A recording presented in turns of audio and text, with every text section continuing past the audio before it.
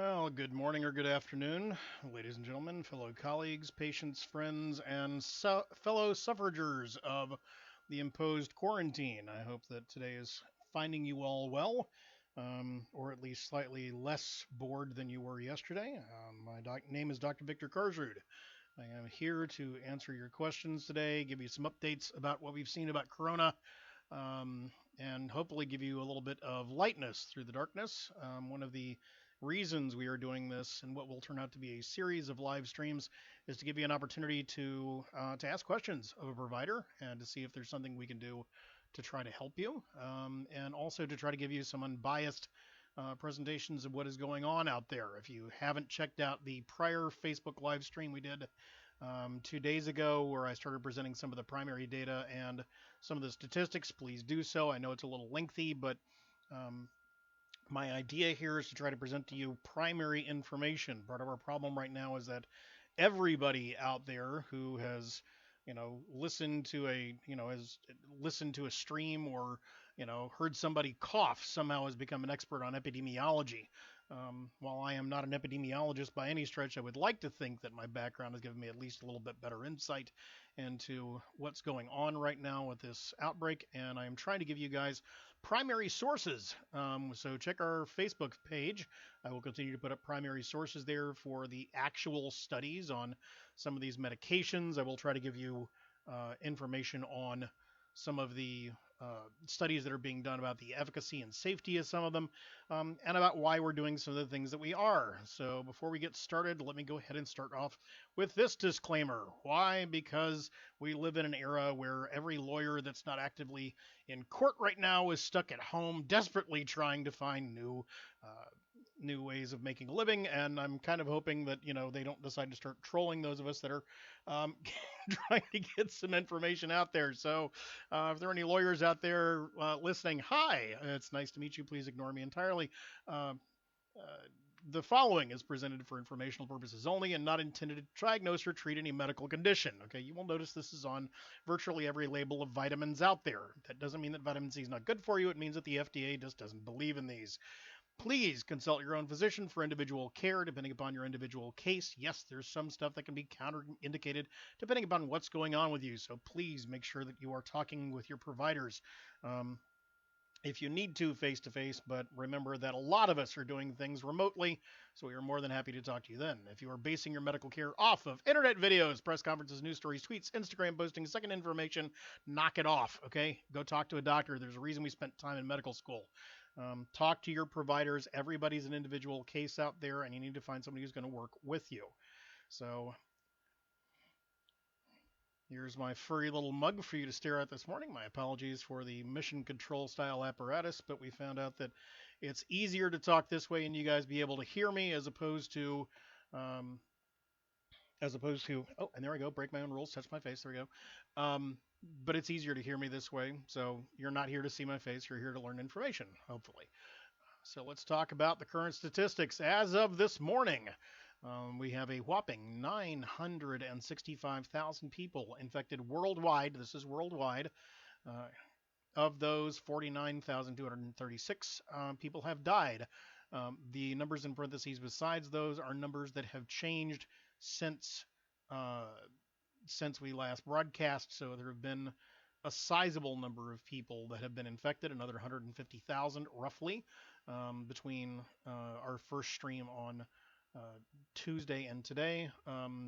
There have been another 10,000 deaths. Now, stop and look at it. That is, although heartbreaking about the number of people that are having issues, the number of people that are fighting this virus. It also means that the fatality rate remains relatively low. As I presented in our first stream, the data on this is that that although the average worldwide, the fatality rate is supposed to be somewhere between um, 3.7% down to 0.7, depending upon which source you're looking at. That varies from country to country, and it looks like in the United States we're actually doing quite well. Remember that the majority of people who get this will only have mild symptoms. Now, when I mean mild symptoms, I don't mean you're going to feel well. I mean that you're going to be stuck at home, you're going to feel like you got a case of the flu, and you're going to have fatigue and muscle aches and usually some shortness of breath. most people do not need hospitalization. In the vast majority of cases, these are going to be, the vast majority of people do not need hospitalization or go see a physician. Um, a little note on testing while we're talking about it right now. And by the way, if you want to see some interesting information on this, I got a lot of these graphics off of informationisbeautiful.net, which is a great little website. I'm a very visual person. I like seeing visuals. So these are great ways to kind of keep things in perspective. I don't agree with everything they've got up, but they do have some really cool graphics. And again, remember, the majority of people here are going to be mild. That also means that these numbers that we got for infection are probably lower than they actually are. Why? Because the majority of people that feel this way are going to stay at home.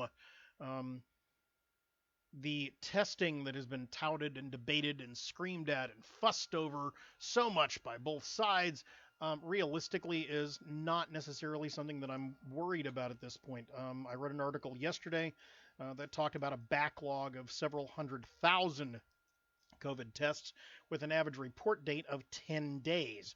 Well, it doesn't do you much good if you feel like poop today, does it? No. So if you've got these symptoms, if you've got fatigue, if you've got a fever, which generally indicates you're somewhere between 3 and 5 days post-infection, so go back and figure out who you got it from. If you've got shortness of breath, make sure that you are seeing appropriate physicians. Don't be afraid to go to the hospital. But if you're waiting on some magical, mystical COVID test to show that you've got this, don't. Okay. There was a report I was reading from an emergency room physician in New Orleans, which has been particularly hard hit, that said, again, this fatigue, mild fever, and reduced O2 saturation. So those really cheap pulse oximeters, for example, that are out there are really great ways of being able to diagnose this. I'm not saying that it's going to give you a positive or a negative, but I'm saying that if you've gotten shortness of breath, you've got reduced O2 saturation on those little fingertip meters that almost anybody can buy, and you've got, some fever and some prodromal symptoms, consider yourself positive, okay? Unless your symptoms get incredibly bad, don't go to an emergency room just to get a test that may not come back for 2 weeks. Go to the emergency room if your symptoms become life-threatening in nature. That's the whole point of social distancing. Now, later on, I said we're going to keep this brief. We're going to talk about some of the things that I'm going to suggest to you to try to keep your immune system healthy, because I want to make sure that we're all doing that. Right now, there's a lot of people who are not. Okay, let's take a look at the infection trajectories. Now, I will also say that numbers are only as good as the people that are reporting them. South Korea apparently has leveled off as of a couple of days ago. That's pretty good. I'm happy to see South Korea is doing that. I will also say that the numbers that are showing that China has leveled off, I just simply don't believe. There has been such an inconsistency in the numbers that have come out of China compared to a lot of the data that we have. I hate to say that I don't believe them, but I simply don't believe them. I think that there's probably more going on there than we would like to think. However, a lot of the more open countries, in terms of, I'm not going to say trustworthy media, but at least ones that we have a little bit more back and forth on, all seem to be following fairly consistent curves. We have not plateaued yet. We are not going to plateau. Again, this gap, as I talked about in the first session, between when you get infected and when you start showing symptoms, gives a very large, what we call R naught. That is an infectability quotient. That means for every person that gets infected, typically they'll infect about 3 more people. Compare that to flu, where you get 1 person typically infects 1. So as we've seen this gap between exposure and symptoms and the large number of people exposed, we're not, even with all the social isolation stuff we've got going on right now, I don't think we're going to be anywhere near seeing the top of this curve for quite some time. One of the most recent press conferences says, hang on tight because the next 2 weeks are going to be difficult. I will reiterate that. The next 2 weeks are going to be difficult, but I will also say that it is important in that regard that we keep our spirits up and our stress levels down. That's not just me being cheery. For those of you that know me know that I don't do that terribly well to begin with. But that also means that we need to make sure that we keep our stress levels down, we keep our sleep up, because these things do have an effect upon our bodies. The brain-body connection is very strong, and panic and fear will do nothing except repress your immune system and actually make any kind of immune status you've got, even worse. If I will reiterate, if you've got a condition already, cardiovascular disease, a pulmonary condition, if you've got cancer, diabetes, God forbid if you've got an autoimmune condition and are on immunosuppressive medications, please make sure you talk to your providers about your additional risk factors. It is very important that you are taken care of during this time period and that you take steps to boost your immune status in this time period.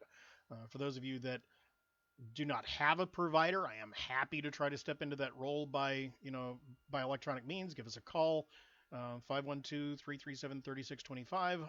Or if you're a patient of mine and are worried about it, please give me a call. Trust me, all of your providers out there would love to hear from you, prefer from across the parking lot.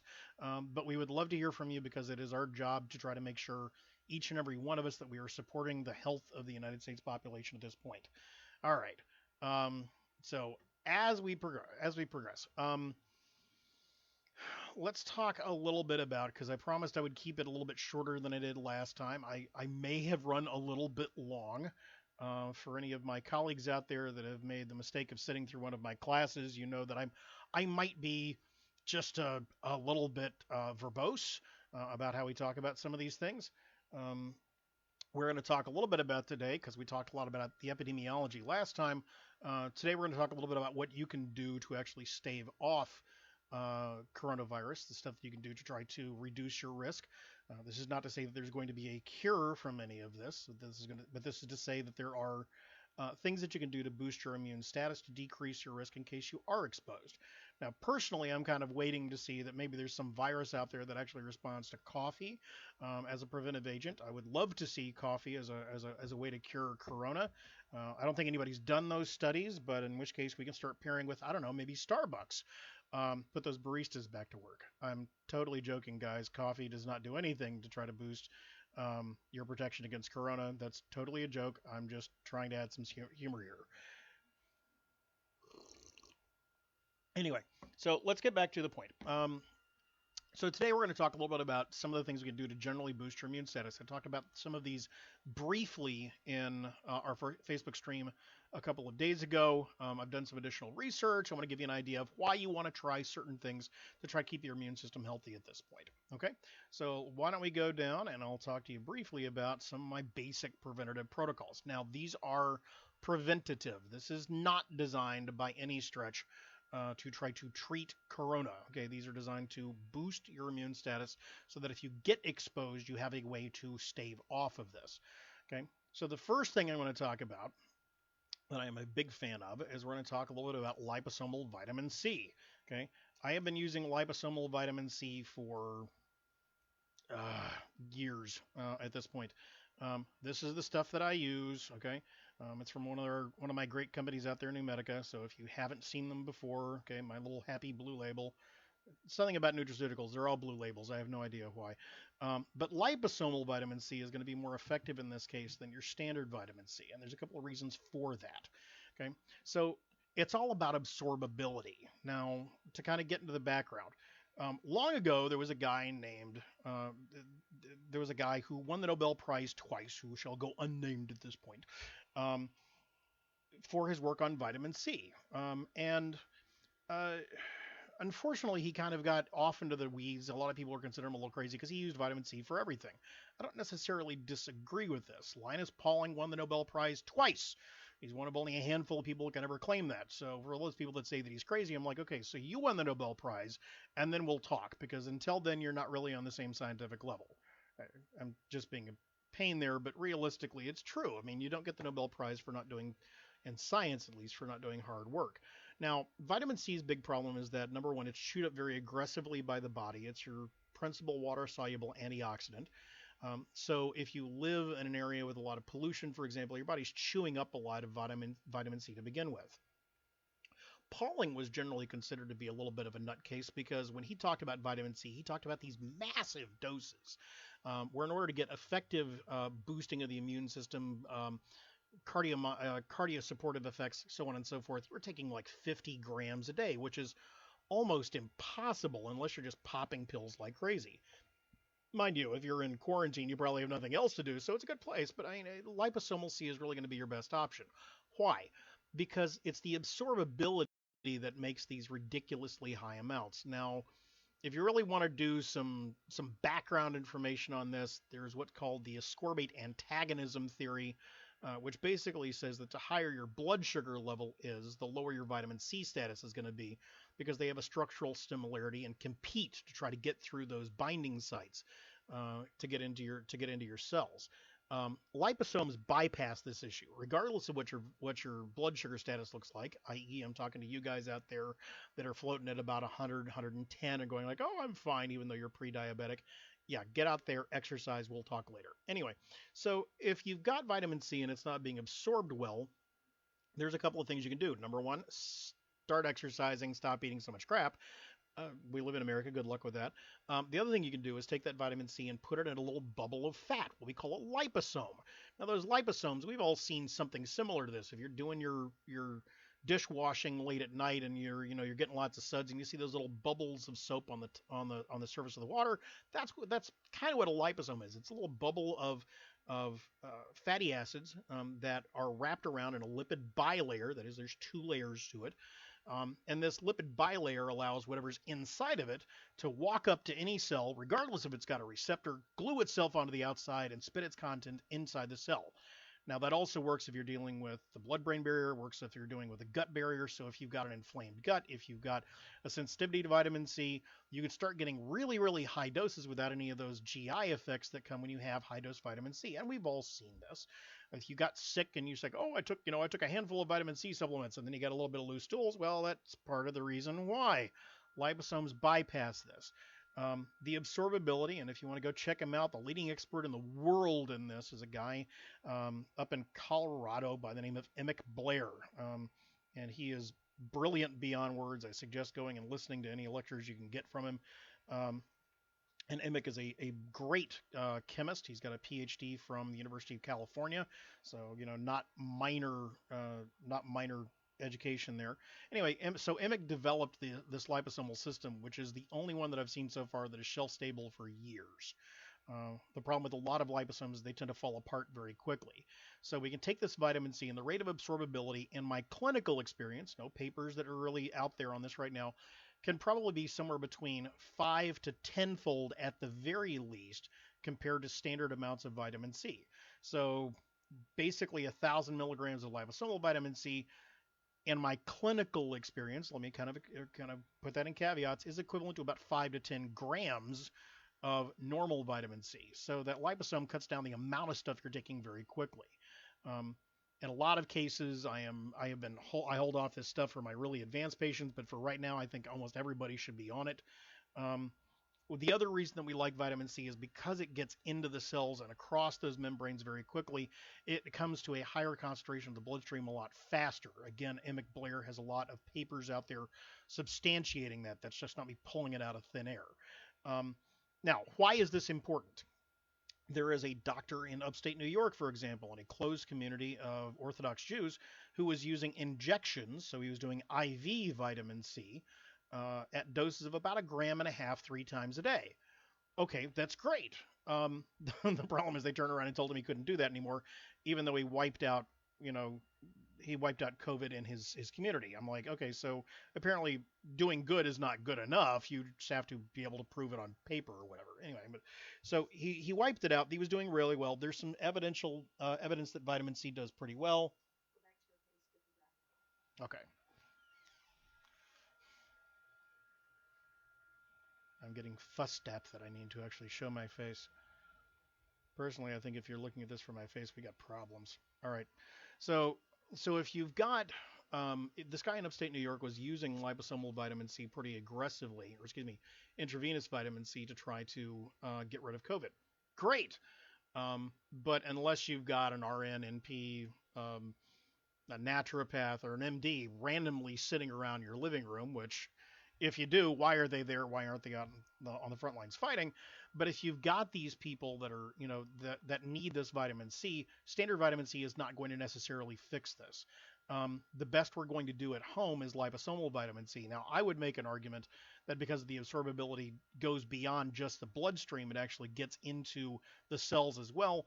There's some argument that we're bypassing not just the one barrier of getting into the blood, but the second barrier of getting into the cell as well. So there may be some evidence that liposomal vitamin C may actually be more effective at dealing with intracellular conditions than normal vitamin C or even IV vitamin C. Again, this is hypothesis. There is no data that shows this. Why? Because we're in the middle of a frigging epidemic. Nobody knows what's going on at this point. However, based on the data we've got so far, vitamin C needs to be your standby. And if the idea of using vitamin C uh, as a preventative measure while you're sick is new to you, I would suggest that you really need to go back and ask your mom why she wasn't telling you some basics when you were growing up. I'm just being snarky. That's because I've been trapped inside for weeks. Okay, second thing, let's talk about vitamin D. Vitamin D is one of the best things you can do for your overall immune system. I'm a big fan of it. As a standard dosage, I would say between 5,000 and 10,000 IUs a day in most people for preventative measures. Understand this is considerably more than the RDA. The RDA is floating 800 IUs or something, which is just barely enough to keep you from getting rickets. Okay. Now, vitamin D has an advantage. Uh, vitamin D is fat soluble. Great, so it should be able to get across membranes better. Well, yeah, to some extent. But we still have absorbability issues. So we don't necessarily need to put this into a bilayer where it's wrapped in and has a center core that's water soluble. We just need to put it into a single layer, and we call that a micelle. Okay, so micellized vitamin D will actually get into the cells considerably faster than normal vitamin D. Um, there have been a couple of studies out there substantiating the use of micellized vitamin D. Now, why are we focusing on this? Because vitamin D has some rather substantial immune functions in the body. Um, the mechanisms, for those of you that are doctors and are kind of worried about it, it promotes a lot of antimicrobial responses. It pushes forward the development of macrophages, of dendritic cells. It establishes T lymphocyte function and helps those out a lot, particularly with the modification of what we call suppressor regulatory T cells. Okay, now why is that important? Because okay, so part of what's so dangerous about COVID is what they call cytokine storm afterwards. Okay, this is where it really starts ramping itself up and gets into your lungs and causes this massive inflammatory reaction, which fills your lungs with fluid and infiltrates and causes you to basically suffocate. Boy, that's charming today to think about, isn't it? So part of that vitamin D function is not only to manage to get your dendritic cells, your macrophages, etc., operating so that they're actually doing a good job, but the other thing about them is so that they're activating your T suppressor cells as well, because you need a braking mechanism. You need some way to try to reduce the forward progression of that inflammatory response. Okay, if you don't have the ability to shut off that response, and you start getting into the cytokine storm where everything spins up and eventually your lungs fill with fluid. Now, I will say 10,000 IUs, which is what we were talking about, is kind of the place I would like to start for most people for prevention. Now, let me be clear. There are some other studies out there that suggest that high dose vitamin D, well beyond that, is actually quite usable in acute cases of RNA-based viruses. Those studies were all done on the orthomyxoviruses, which sounds like it's completely unrelated until you realize I'm just talking about the flu. Okay, most of these studies were done on the flu, as I talked about yesterday. Um, there is a difference between flu virus and coronavirus, basically in the direction that it's read, but both of them are single-stranded RNA viruses. So in a lot of respects, their pathologies, how you intervene with them, is going to be very similar. Okay, so let's go back to the next thing on the list. Okay, so we talked about vitamin C and vitamin D, neither of which should be a big surprise to anybody. Next thing on this list is going to be beta glucans. What the heck is that? Okay.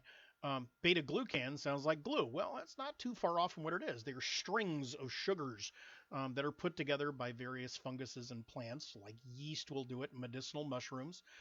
For those of you who haven't checked him out, there's a guy named Paul Stamets. I think he gave a TED talk. Anyway, Paul Stamets is like the leading mycologist in the United States. Brilliant guy. Go on YouTube, go take a look at his lectures, and he's actually talking a lot about the use of beta glucans and their effects upon the immune system. Um, Beta glucans, these strings of sugars, essentially, work to try to uh, activate your immune system.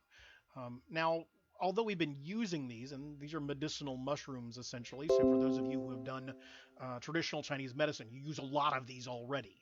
Um, but we've been arguing back and forth about how these things work for years. Well, and again, I will put all of these references up on our Facebook page so you have access to them to take a look. But there are a couple of studies out there that suggest that these beta glucans, because we don't synthesize them in our own bodies, um, act as basically pattern recognition for our immune system. These what they call microbe associated molecular patterns, okay, are basically templates that say, hey, anything that wanders by that looks kind of like this um, should be activating the immune system. And they glom onto things like the dectin receptor, the complement 3 receptor, and the toll-like receptors, TLRs, that are in various cells in your immune system, like monocytes, macrophages, neutrophils, natural killer cells, and so on and so forth. Um, all of these are useful in trying to modulate the immune system. There is also some indication that there may be some direct effects upon interleukin 1 beta, I believe, yes. Some of your interleukins, and your first couple of interleukins, IL-1 through IL-6, are all involved with your acute immediate inflammatory responses. Um, your fever, for example, is predominantly mediated through interleukin 1. Okay, so we can have numbers for each of these, and all of these are testable by your MDs. For example, one of the things that we covered yesterday was how they can chart the progression of acute case COVID, and there was some reports on there by looking at IL-6 in your bloodstream and seeing if it's elevated or not as an indicator for progression of the virus. I'm saying this not because I think any of my patients need to, but because I know we've got other doctors out there who are kind of listening to this going like, aha, what do I need to do? IL-6 is one of your options. If you don't already have one, please make sure you get a pulse oximeter. See, aren't they kind of cool? Like little Mr. Pac-Man there? Okay. Make sure you're checking your pulse ox on every patient that walks in. If you got one at home, use it already. Consistently, that lower O2 saturation is what they're seeing on intake in a lot of the ERs. All right, so let's go back to we covered vitamin C, we've covered vitamin D, we've covered beta glucans. For those people that have not seen them before, again, I use liposomal vitamin C. We're going to use a micellized vitamin D. Okay, now I like this. Now these are kind of cool. Make sure I get this face in the camera. Micellized vitamin D is pretty cool because of the dosage that's involved. So to get the 10,000 IU's, this is about 1,200 IU's per drop. So you're talking like 10 drops a day. That's not much. And it's really cheap and very effective. Um, it also means that in case you need to dose this higher, based upon practitioner recommendation, if you do need to dose it higher, it's really easy to do so because you got an incredible concentration. If you go to your typical store and get a tiny little pill that's not micellized, is not as readily absorbable, and all of a sudden it's got like 500 IU's or 1,000 IU's per tab. Now all of a sudden you're taking a handful of pills every day trying to manage to take it in. Okay. Beta glucans. There's lots of them out there. You want to make sure that whatever you're doing is standardized to a beta glucan 3 and a beta glucan 6, because those are the two that have been predominantly linked to immunomodulation. There's lots of beta glucans. Those are the big two. Okay, so you want stuff that's been standardized to that beta glucan 3 and beta glucan 6. Okay, those are the two that we're looking for. I want something that's usually standardized to at least 70%. And again, we talked about doing about 1,400 milligrams of a standardized extract once or twice a day. That's pretty easy. So let's go back to our other protocol. Over here, I'm going to say the next thing I want to talk about is proline-rich polypeptides, PRPs. Now, for those of you in alternative medicine already, there's more than one PRP out there. There are if you're dealing with injections, for example, there are what they call platelet-rich plasma. This is a completely different thing. These PRPs are derived from colostrum. Okay, now stop and think about it. Colostrum is the first food you ever get. Colostrum is the uh, is the first excretion of milk from your mother with the first time that you were laid on her chest as an infant. Part of what that's designed to do is activate your immune system and get it running in the first place. There are lots and lots of different components to that, but the big one that we found out systemically is this stuff called proline-rich polypeptides. As I referenced yesterday, 2 days ago, the big guy out there to look for is a guy named Andrew Keach. He's, again, top flight researcher, lots of books. I would say that reading him is rather difficult, even for practitioners, because he's up there. He's got like 2 PhDs and he's earned both of them. He's absolutely marvelous to listen to if you get a chance. Um, he produces some of the highest quality PRPs and colostrum out there. Now, should I take colostrum? Yeah, colostrum's great for the gut. There is some evidence that there's some back and forth in your GI system about this, so it's important to get your gut healthy too. However, we want to make sure that we are supporting the overall immune system, and to do that, we need that one extract called proline-rich polypeptides. Okay, these PRPs. Let's see if I can get this around to the camera. Proline-rich polypeptides are used regularly. Now, here's the thing: it's a signaling molecule, it's not directly therapeutic itself. Now, that's important because what we're doing is we're telling the immune system that it needs to have an immunologic response. If it's too low, it brings it up. If it's too high, it brings it down. These PRPs is kind of analogous to nagging. Okay, if I tell my child that he needs to go clean his room once, he's going to go, oh, okay, and wander off, right? So as any good parent, what do? I nag him, right? Because that's what you do as a parent. You nag your child. Go clean your room. Go clean your room. Did you go clean your room? I mean, seriously, did you go clean your room? Right? No, go clean your room now. Okay. Sometimes it takes the same thing to an immune system because immune systems are always kind of lagging behind. As a consequence, what we're doing is we're taking this and we're dosing it multiple times a day. The studies that were done by Dr. Keach show 4 sprays 4 times a day. I will tell you from personal experience that it's about the frequency, not the total intensity.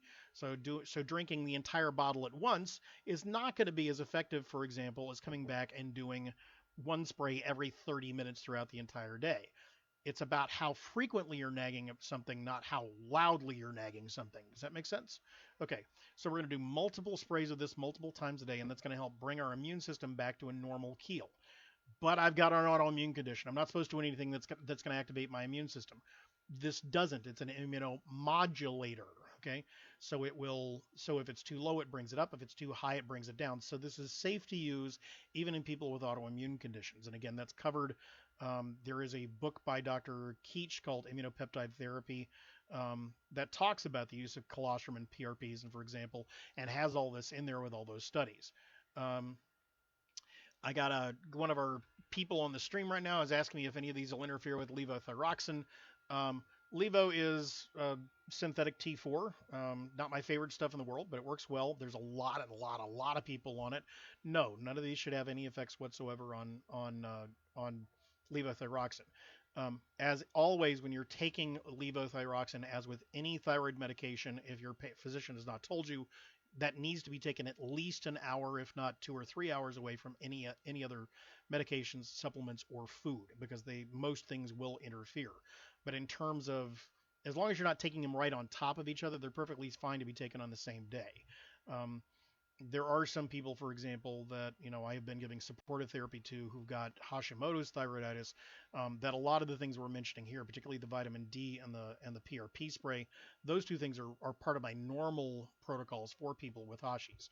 So yeah, this is perfectly fine for most people. All right, so let's go back to the first set of my protocols here. So this is the big 4. If you can only do like the top 4. We'll get to 5 in a second. Okay, vitamin C, vitamin D, beta-glucans, and PRPs. This is a standard immunosupportive protocol for almost anybody that's out there. Dosages get changed if you get something. And of course, I'll put a little disclaimer at the bottom that, again, this is all just not intended to diagnose or treat any disease, because the FDA apparently really doesn't like natural substances, which I find really, really ironic. Because realistically, we've seen in the last couple of days a whole bunch of people coming out saying that, for example, zinc is really good for you. And all of a sudden we're seeing this flurry of papers about natural substances helping. And I'm like, man, you guys really have to be stuck between a rock and a hard place when you guys are suggesting natural means to try to boost your immune system. Wow, we really got to be in trouble, don't we?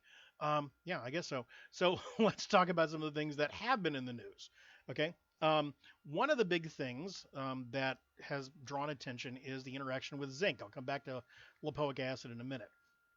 So is um, zinc is widely used to try to boost the immune system overall. Standard dosages are between 30 and 50 milligrams a day. Though I will turn around and tell you that there is a researcher named George Ely, again, go do your homework, who talks about zinc at doses of over 500 milligrams a day, and has been getting some really good success on that. By the way, for those of you that are interested, this is actually published in the literature. Okay, so you got Progress in Cardiovascular Diseases was published back in February. They're specifically talking about this with relation to various RNA-based viruses, including flu and corona. So I can turn around and say, no, this is actually published data out there. They're recommending 50 milligrams of zinc. I think bluntly you can lick an electrode and get more than that. I'm happier to go up those levels considerably higher than that based upon what your condition may look like. Remember that zinc and copper are balanced in your bloodstream, so make sure you don't overload without consulting a trained practitioner that knows what they're doing. Um, Not all practitioners know about natural medicine. Now, why am I stressing zinc right off the bat? Because zinc is one of those things that um, yeah, here we go. Zinc has actually been mentioned in the popular media. Now they talk about the whole combination therapy right now, where you have azithromycin on one side and the use of Plaquenil on the other. Um, if you're still up in the air about that, I got links to the primary data. So if you actually want to look at the studies, not just somebody's opinion on it, but actually want to look at the studies, go down in our Facebook feed and you'll actually see the links to those primary papers. I always suggest everybody check out the primary sources. Do not abide by whatever the talking heads on TV or the internet are telling you. You're all intelligent people. Use the brain that God gave you. Figure it out. Okay. I have my opinion. Okay. It's like my armpits. It both stink a little bit. Okay. But I'm going to give you mine. Go and take a look at the literature, make the decision for yourself. Now, a lot of people are talking about um, why we're putting a Z pack on top of that, um, even though that it's a virus. And the answer to that is that that there seems to be a mechanism of a Z pack of azithromycin that facilitates the entry of zinc into the cells. Um, that entry of zinc into the cells is, of course, entirely dependent upon upon the idea that you actually have sufficient zinc in your system, which is why we go back to this protocol where we have zinc as part of it. Again, standard dosage says 50 milligrams a day. I think stronger than that is going to be necessary for a lot of people because zinc deficiency is pretty out there. There is what's called a zinc tally test where you drink a little zinc, you take a little bit on your tongue, and if you can taste it, essentially you've got enough. If you can't taste it, you have too little. Um, but zinc tally tests can be performed by a lot of naturopathic providers. There certainly are blood tests if you want to wait long enough to get those in. Um, I'm going to back up and say that there's also some evidence in the literature for things like lipoic acid. Now, alpha lipoic acid, and they're going to say up to about 1,800 milligrams a day. Let me be clear on this. Now, Patricia had asked specifically about whether or not anything would interfere directly with levothyroxine. This is the one thing on this list that I would say needs to be taken with care if you're on any kind of thyroid medication, because we know that alpha lipoic acid will block conversion of what we call T4, which is your levo, to the active form T3. So this conversion process is blocked if you're taking alpha lipoic acid. Still can be done as long as it's separated out enough, but if you're on those medications and are really worried about your thyroid, don't take those two together. Um, Now, for those of you who with blood sugar issues, alpha lipoic acid, great stuff. Good studies out there using alpha lipoic acid to lower blood sugar levels to begin with, and it's used regularly in diabetic neuropathies. So if you've got issues, this is a good place for you to be anyway. Um, Also got some vasodilatory elements to it, which is kind of cool. Now, here's the disadvantage. Alpha lipoic acid only has a half-life of about 90 minutes in the bloodstream. So it's a great antioxidant, but your body chews through it really, really, really fast. So there's only a couple of ways around that. One of which is that you take it multiple times a day. So good luck. You're taking a pill every 2 hours. Or you can take it on what's called a controlled uptake alpha lipoic acid. I use this stuff called alpha CU. I'll typically, in these kind of cases, I'll dose it about one pill one pill 2 or 3 times a day. But those levels will act as, again, antioxidants to try to boost your overall immune status in this case. Again, this is in that source we mentioned right back here. Um, there's been some talk about, and I'll mention like 2 or 3 of these others and some of the highs and lows, then I'll come back to NAC. Spirulina, good source of antioxidants, good detoxifier. I'd say if you haven't taken it before, be kind of careful because it does have some rather substantial detox reactions. So I've seen some people take some pretty hefty doses of spirulina and then they feel sick. Why? Because all of a sudden the body's spewing out all the toxins from the McDonald's you ate a couple of months ago. Um, Selenium, strongly used in the body as an antioxidant, works synergistically with vitamin E. Okay, I lied. There's 2 things that I'll talk about on this. Um, so again, to answer the other question about does this interfere with anything, selenium is such a powerful antioxidant, it can actually promote conversion of T4, which is your synthetic thyroid medication, over to T3. So alpha lipoic acid slows it down. The selenium actually speeds it up, so you got more effect out of it. So if you're on a thyroid medication, both those need to be taken. It's not that they're off limits, but they have to be done under the supervision of a provider to make sure they don't throw your thyroid off. Because if fatigue is the number one issue we have with COVID, it's also the number one issue with thyroid problems. So there's no point in driving you into hypothyroidism trying to prevent COVID, right? Okay. You're not going to be any happier if you gain 20 pounds in the middle of all of this. And trust me, binge eating, stress eating in front of the TV while you're watching like Downton Abbey or something is probably not a great thing to be doing right now. Anyway, so let's go back to my baseline protocol over here. Elderberry. Now, Sambucus, Sambucol. There's what's the other one? Asparatox. I mean, there's several different sources for elderberry out there. Easy to get into kids. Okay, it tastes great. Okay, it's like somewhere between a blackberry and a blueberry. I love this stuff. Um, there is a lot of evidence using it in viruses, particularly flu.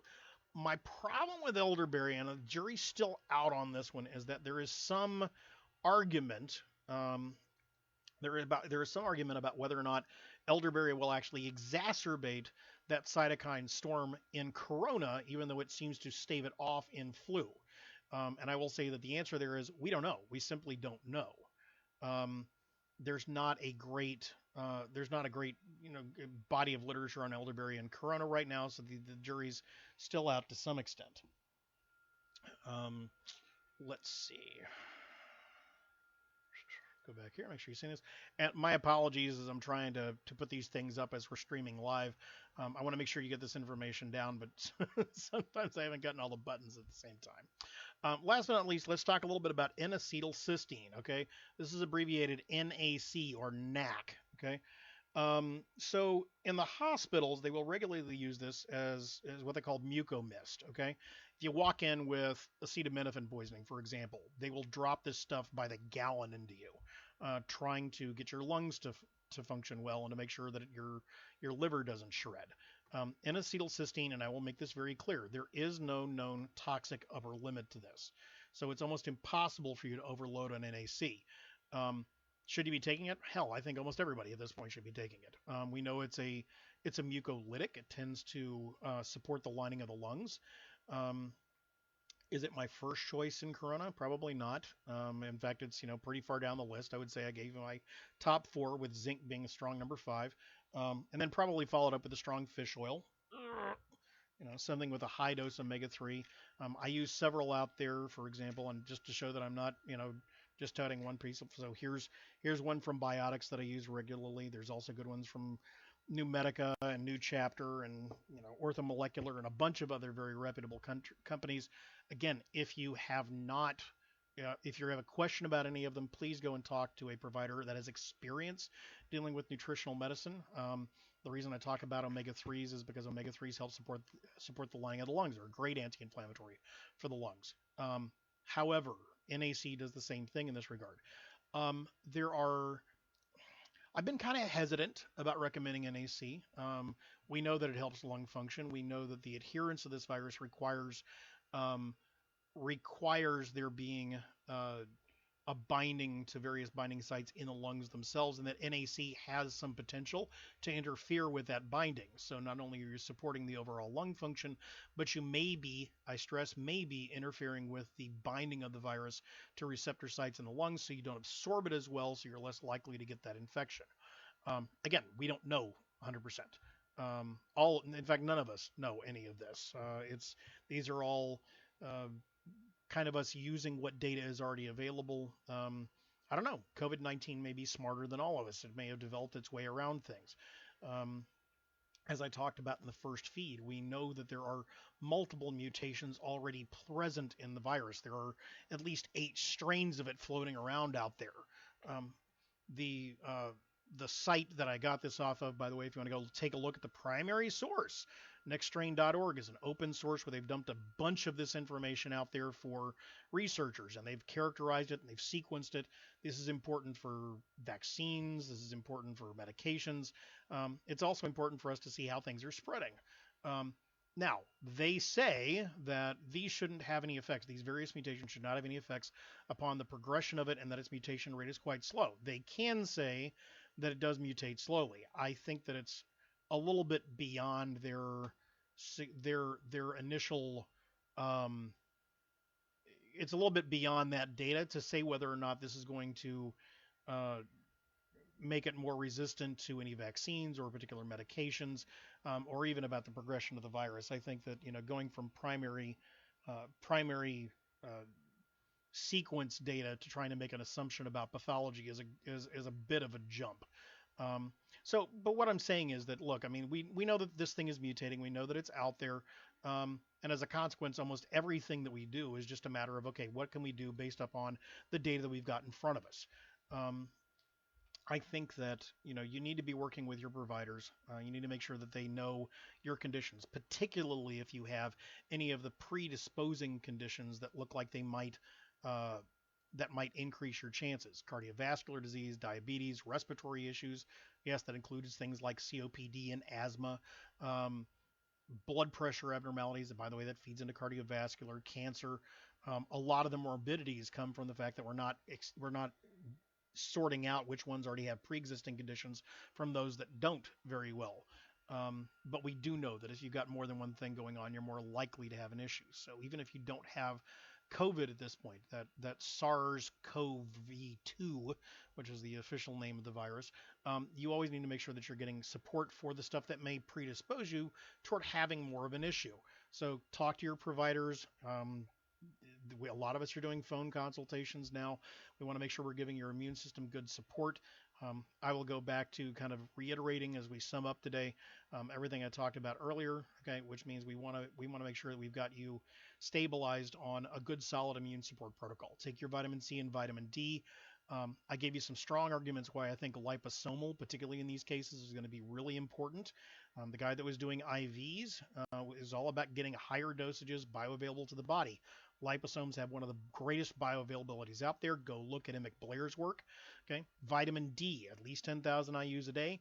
It can be increased very aggressively based on some of the influenza studies, but again, both of those based upon your individual need. Beta glucans, those medicinal mushrooms. Go watch some of the Paul Stamets videos on that. You want a 1,3 to 1,6 mixture, again about 1,400 milligrams a day, and some of those proline-rich polypeptides. Um, and then we start adding in some of these other things depending upon what your body can handle. Lipoic acid or selenium, um, take with care based upon your individual needs, particularly if you have thyroid issues. Um, there's a lot of benefits to a lot of these on top of just boosting your immune system.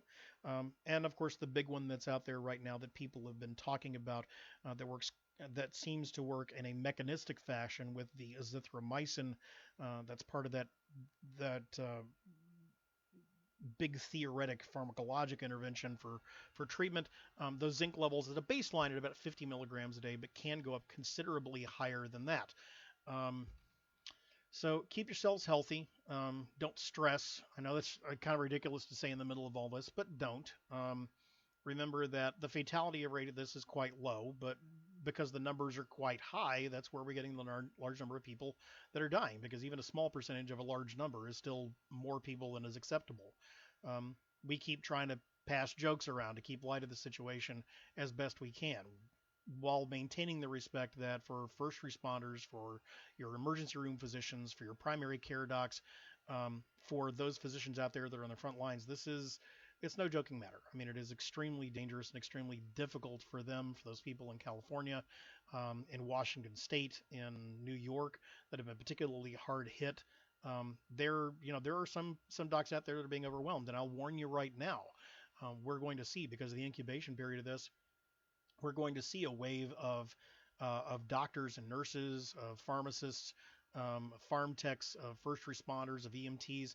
We're going to start seeing our healthcare professionals start to go down, because there's only so much that you can do preventatively. So be on the watch for it. Now is the time to try to contact your providers to try to make sure that your immune system is built, so that as much as they are supporting you, you then can support them by making sure you're not one of those ones that come down sick with this. If you have any questions, if you have any problems, if you have any concerns, you can drop them in the Facebook feed over there. I think it's over there. Here we go. You can drop your questions there, or we always appreciate hearing from you. Our number here is 512-337-3625. If you're one of our patients, we would love to do what we can to help support your immune system, as well as any other conditions that are bothering you this time period. And if you're not one of my patients already and want to be, feel free to give me a call. Or if you're working with another provider, and I always suggest make sure you have a good team around you, call them up. Let them hear from you. Let them do their job. Your chiropractor, your acupuncturist, your naturopath, your nutritionist. Okay, these are all people designed to try to keep your immune system strong and healthy through this. And we need to make sure that we are working together as an integrated team, so as few people come down with this as possible. That's our own small contribution toward flattening the curve. If you have any quick questions, give me a call. Otherwise, we will be live streaming again probably next week. I'm going to make this a regular occurrence. I will continue to post up new numbers. I will continue to show what I see from the primary literature. So those of you who are providers have that literature to be able to draw from, so you have an educated idea of how to treat your patients. And so those of you who are out there just as patients desperately trying to see your way through this, have a little bit more clarity, as opposed to smoke and mirrors, about what your actual options are. My name is Dr. Victor Carsrud. As always, it has been a pleasure to talk to you today, and I hope you guys have a blessed day. Remember, we are all in this together.